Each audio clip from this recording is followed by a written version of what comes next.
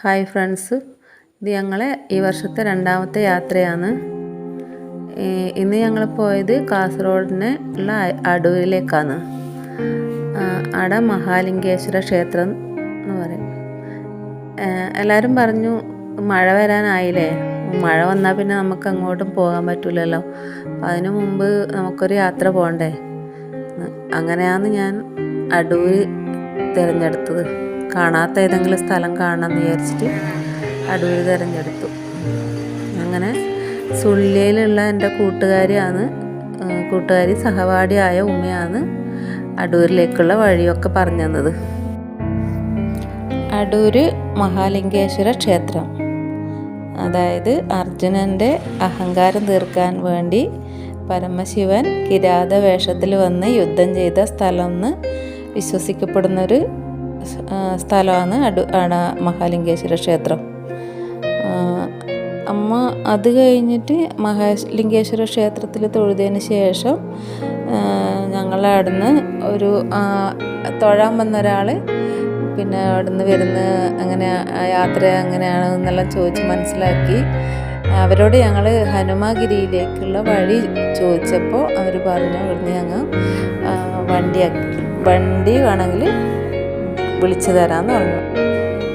അങ്ങനെ അദ്ദേഹം ഒരു ജീപ്പ് വിളിച്ച് തന്നു. ആ ജീപ്പിലാണ് ഞങ്ങൾ പിന്നെ ഹനുമാഗിരിയിലേക്ക് പോയത്. ഹനുമാഗിരി എന്ന് പറയുന്നത് കുറച്ച് ചെറിയൊരു മല, വലിയ മലയൊന്നുമല്ല, എന്നാലും അത്യാവശ്യം നല്ലൊരു മലയാണ്. മലയിൽ പോയത് ജീപ്പ് തന്നെയാണ് മലയിലേക്ക് പോയത്. അവിടെ എത്തുമ്പോൾ ഹനുമാൻ്റെ വലിയൊരു ക്ഷേത്രമാണ് കണ്ടത്. വലിയൊരു ക്ഷേത്രം എന്ന് പറഞ്ഞുകൂടാ, ക്ഷേത്രമൊന്നുമില്ല, പക്ഷെ എന്നാലും ഒരു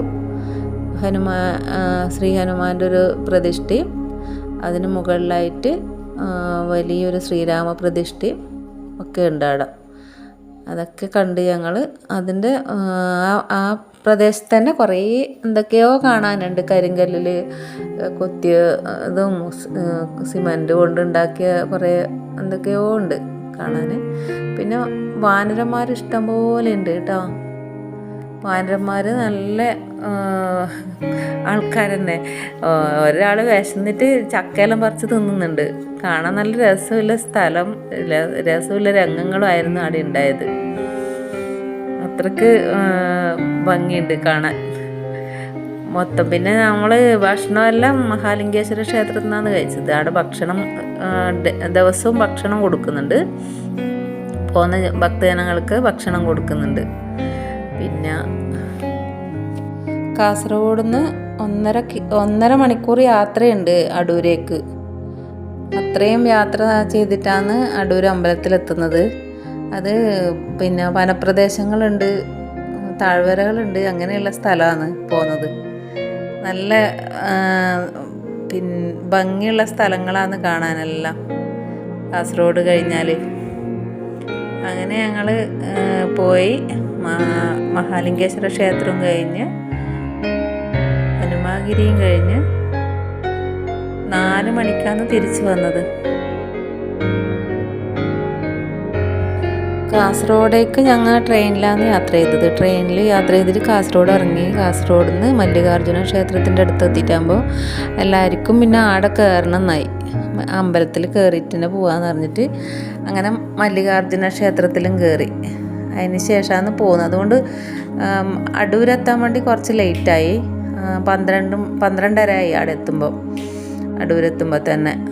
അതുകൊണ്ടാണ്, അല്ലെങ്കിൽ കുറച്ചും കൂടെ സ്ഥലങ്ങൾ എവിടെയും കാണാൻ വേണ്ടിയിട്ട് ഉണ്ടാകട്ടെ. അടൂർ തൊഴുതിട്ട് ഹനുമാഗിരിയിലേക്ക് പോകുന്നത് പറഞ്ഞാൽ കൊട്ടിയാടിയിൽ നിന്ന് ഈശ്വരമംഗലത്താണ്. കൊട്ടിയാടി വഴി ഈശ്വരമംഗലത്തേക്ക് പോകണം ഹനുമാഗിരിയിലെത്താൻ. അങ്ങനെ ജീപ്പ് കിട്ടിയത് കൊണ്ട് നല്ല സുഖമായി ഞങ്ങൾക്ക്. ജീപ്പിൽ അയാൾ സ്ഥലങ്ങളെല്ലാം പറഞ്ഞു തന്നു, ഓരോ സ്ഥലത്തെത്തുമ്പോൾ സ്ഥലങ്ങളെല്ലാം പറഞ്ഞു തന്നു. പിന്നെ ഈ ഹനുമാഗിരിയിലെത്തിയപ്പോൾ അങ്ങോട്ട് മേലേക്ക് പോകാനും എല്ലാം ഞങ്ങളെ കൂടെ തന്നെ അദ്ദേഹം ഉണ്ടായിരുന്നു. എനിക്ക് പണ്ടേ യാത്ര ഭയങ്കര ഇഷ്ടമാണ്. അതുകൊണ്ട് ഇങ്ങനെയെല്ലാം പോകാനും ഭയങ്കര ഒരു താല്പര്യമാണ്. എത്ര ബസ്സിലിരുന്നാലും ട്രെയിനിലിരുന്നാലും മടുക്കൂല. അങ്ങനെയാണ് എനിക്ക് യാത്രയോട്. ഇപ്പോഴും അങ്ങനെ യാത്ര ഇനിയും അങ്ങനെ പോകണമെന്ന് ആഗ്രഹമുണ്ട്. ഇനിയും മഴക്കാലം കഴിഞ്ഞാൽ ഇനിയും യാത്ര പോകണമെന്നുണ്ട്. ഇനിയിപ്പം കുറച്ച് ദൂരെ എവിടെയെങ്കിലും പോകണമെന്നാണുള്ളത്. ഒരു 1-2 ദിവസം താമസിച്ച് കാണാൻ പറ്റുന്ന സ്ഥലങ്ങൾ ഉണ്ടെങ്കിൽ അങ്ങനെ പോയി കാണണമെന്നുണ്ട്. ഇവരെയും കൂട്ടുകാരോട് ഒന്നിച്ച് കുറേ യാത്ര പോയിട്ടുണ്ട് ഞാൻ. കുറേ 9 ദിവസത്തെ യാത്രയൊക്കെ പോയിട്ടുണ്ട് മുമ്പ്. ഇപ്പോൾ ഒരു 4-5 വർഷമായിട്ട് അങ്ങനെയൊന്നും പോകുന്നേ ഇല്ല. ഇനിയിപ്പോൾ അങ്ങനെ ഒന്ന് പോകണമെന്നുണ്ട്.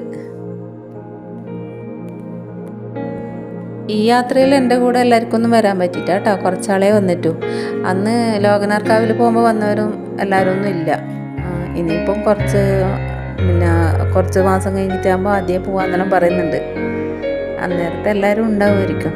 എല്ലാവർക്കും വരാൻ പറ്റുമായിരുമെന്ന് വിശ്വസിക്കുന്നു.